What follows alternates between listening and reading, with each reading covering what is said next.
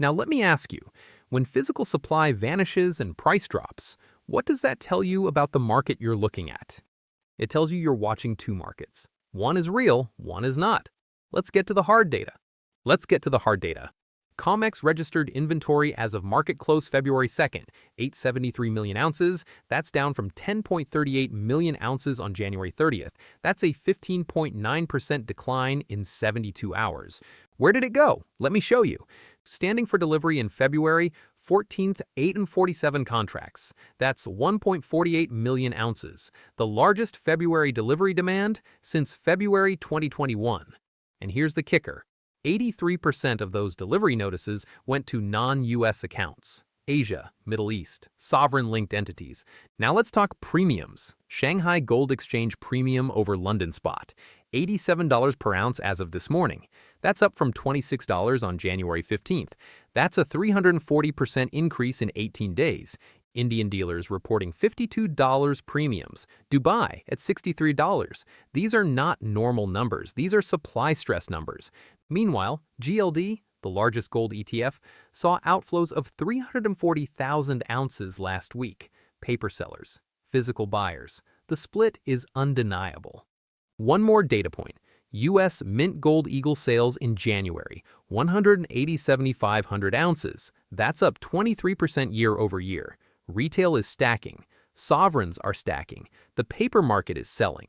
Now connect the dots across the macro board because gold doesn't trade in a vacuum. Bitcoin, $96,240 as of this recording, down 6.8% in the last week. Correlation to gold over the last 30 days, 0.73. That's high. When both risk-on and safe haven assets sell together, that's liquidity contraction. That's margin calls. That's someone getting squeezed. DXY, the dollar index, 107.82. Up 1.4% this week. Strong dollar, weak gold. Classic inverse relationship. But here's the twist. Even with a screaming dollar, physical premiums are spiking. That means the dollar strength is paper-driven, not demand-driven.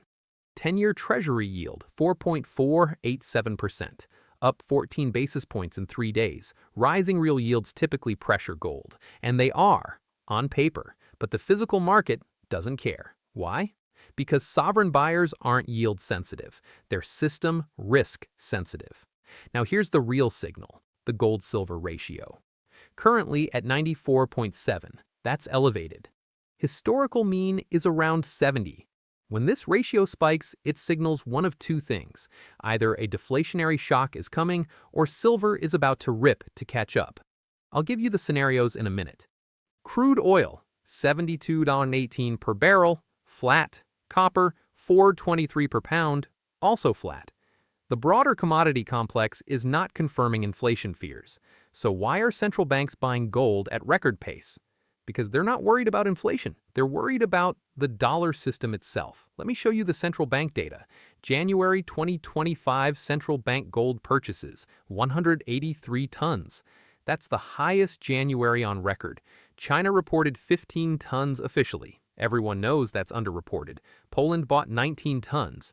Turkey added 22 tons. India's central bank bought 9 tons. This isn't rotation. This is systematic accumulation. Now, Basel III. As of January 1st, 2025, unallocated gold is no longer a Tier 1 asset for European banks. Only allocated physical gold counts. That's a structural shift. That means European banks are going to need more physical, not less. And where do they get it? COMEX, LBMA, the vaults. Here's your fork in the road. Two scenarios. Both are data valid. Scenario 1, the bull case. Target $3,240 by March 15th. Setup. COMEX inventories continue draining at current pace. We lose another 1.2 million ounces by February 15th. That puts registered inventory below 7.5 million ounces, the lowest since November 2022. Catalyst. A major sovereign buyer, let's say China or a Middle Eastern central bank, stands for delivery of 25,000 plus contracts in March. That's 2.5 million ounces. The system can't deliver without raiding eligible stocks or triggering a supply crisis. DXY tops out at 108.50, then reverses on Fed pivot signals. Treasury yields peak at 4.60%, then drop on growth concerns. Bitcoin stabilizes at $95,000 and rallies to $108,000, bringing risk-on sentiment back. Gold breaks $2,120 resistance. Next stop, $3,050, then $3,240s by mid-March. Silver catches up, gold-silver ratio compresses to 82, pushing silver to $37.80. Your entry, physical accumulation on any dip below $2,800.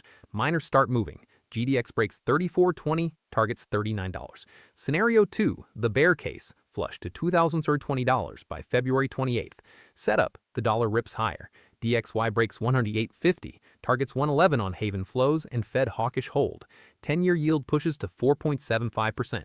Risk off accelerates. Bitcoin breaks $94,000 support, flushes to $86,000. Equities sell off. S&P 500 drops 7% in 2 weeks. Margin calls hit leveraged gold longs. Gold breaks $2,680 support. That's the key level. Next stop, $2,540, then a final flush to $2,420, wiping out all 2024 gains. Physical premiums spike even higher, 120 plus in Shanghai, but paper dominates for 4-6 weeks. Central banks keep buying, retail stackers keep buying, but the leverage specs get slaughtered. Your move, wait for $2,500 or lower. That's your generational buy zone for physical. Miners get destroyed short-term, GDX could hit 28, but that's where you scale in for 12-month holds. Both scenarios are valid. The data supports both. The question is, which timeline are you trading and which are you investing for? So what do you watch in the next 24 to 72 hours? Watch number 1, COMEX inventory reports. They come out daily. If registered gold drops below 8.5 million ounces by February 5th, the bull scenario accelerates. If it stabilizes or ticks up, the bear case gets oxygen. Watch number 2, DXY at 108.50. That's your line in the sand. Break above, and the dollar squeeze is real. Rejection there, and gold has room to bounce. Watch number 3, Bitcoin at $94,000. If BTC holds, risk-on survives, and gold can consolidate. If BTC breaks, everything sells, and gold tests $2,680 fast. Watch number 4, Shanghai premiums. If they push above $100 per ounce, that's a red alert that physical supply is breaking down. The paper market can only ignore that for so long. Watch number 5, Treasury yields at 4.60%. If the 10-year breaks above that, real yields go punitive for gold in the short term. But if yields roll over, gold rallies hard. Here's what I'm doing personally. Not advice, just transparency. I'm holding my physical. I'm not selling an ounce. I've got cost basis in the 11800s and 11800s. This volatility doesn't move me. I'm watching $2,680 on paper gold like a hawk. If we break it, I'm waiting for 2,500, 2,750 to add more physical. If we hold it and bounce, I'm looking at GDX and individual miners for 3 to 6 month swings. I'm not touching leverage. No futures. No margin. The volatility will wreck you if you're playing with borrowed money, and I'm watching the vault data like it's the only thing that matters, because it is. Zoom out for a second. Gold is up 38% from the October 2023 lows. We've gone from $1,120 to $2,147 in 16 months. That's a monster run. Pullbacks are normal, healthy even. But here's what's different this time. The physical market is not correcting.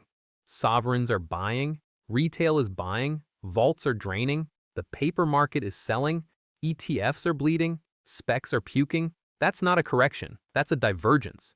And divergences resolve. The question is, does paper snap back to physical reality, or does physical get dragged down to paper pricing before it springs back? History says physical wins. Always. The timeline is what's uncertain. Basel III is real. Central bank demand is real. The de-dollarization trend is real. U.S. debt at $36.2 trillion is real. The fact that we're paying $1.1 trillion a year in interest alone is real. Gold isn't reacting to inflation anymore. It's reacting to system risk. And system risk doesn't go away when the Fed cuts rates or the DXY pulls back. It compounds. So here's my ask. Drop currency T in the comments if you're tracking this with me. Let me know if you're in the bull camp, the bear camp, or just stacking either way. I want to know where your head's at.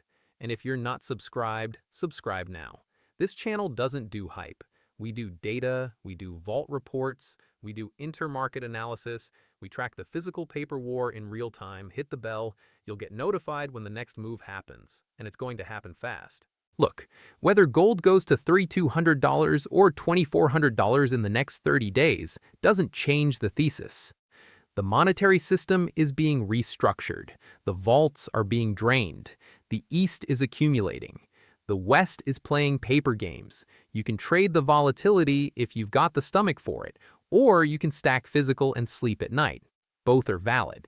Just know what game you're playing. Stay sharp. Trust the data. Don't get emotional. And remember, the market can stay irrational longer than you can stay solvent.